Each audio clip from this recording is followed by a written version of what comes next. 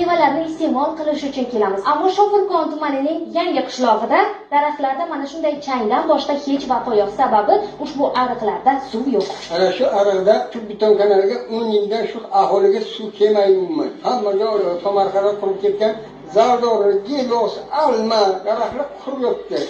Ariqqa suv umuman yo'q. Masjidlar ba'zir suv beradi. Yerni taydan zo'rqa suv tortib olamiz. Shu kun sug'orsak ertaga qotib ketadi agar o'tam. Ko'p daraxtlarimiz, ko'p ekinlarimiz to'xtab qoldi, qurib qolyapti changdan va suvsizlikdan. Ariq suv 10 yillar berganimiz yo'q. Quduqcha suvni sotib olib kelamiz. Siz 1 soatga keladi bergan suv sotib olamiz. Ekinlar qurib ketgan. Hosil bo'lmasa u ekin nima qilamiz? Na daraxt bo'ladi, na ekin bilamiz. Shu darajaga yerlarimiz qurib ketgan. Suv yo'q kanalimizga. Kelmaydi. 2 kilometr, 3 kilometr yoqqa kanalga suv bor, lekin bizning kanallarimiz ko'milib ketganligi sababli suv kelmaydi. Mazkur fuqarolarimiz murojaatlarini tegishli mutasaddilar bilan birgalikda o'rganib chiqib, yechim topishga harakat qilamiz. Harakat qilinadimi?